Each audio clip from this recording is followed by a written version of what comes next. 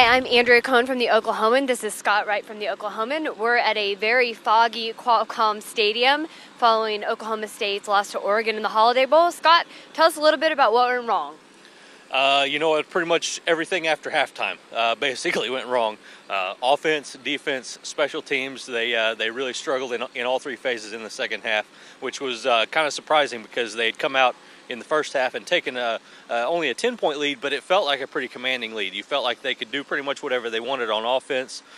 They weren't running the ball a whole lot, but they were making up for it in the passing game, getting in the end zone when they needed to. Making plays on defense and special teams to turn the tide and keep Oregon out of the end zone. They gave up the one big play, but other than that, they held them to 7 points through the first half. Well, it seems like Zach Robinson really struggled there in the second half. We found out after the game that he had an injury. If you could talk a little bit about what was wrong with him and also Des Bryant. It appears that Zach separated his shoulder at some point, either late in the first half or early in the second half. Wasn't real clear exactly when it happened, but he was playing with a separated shoulder, and it obviously impacted his accuracy. A lot of throws off the mark there in late in the second half when they really needed to try to move the ball with the passing game. Des Bryant, it appeared, hurt his left knee. Don't know how significant it is. I'm sure an MRI once any swelling goes down in the next couple of days, and we'll see what the status is there. But he came back after hurting it the first time and played pretty well in the third quarter, and then injured it again and was really completely worthless at the end of the game. Could hardly run at all. Scott, were you surprised that Oklahoma State had such a hard time running the ball?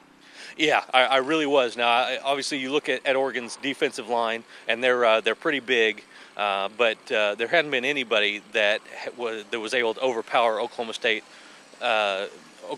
offensive line at the line of scrimmage. So to see that happen tonight and them to clog the gaps the way that they did really kind of surprised me.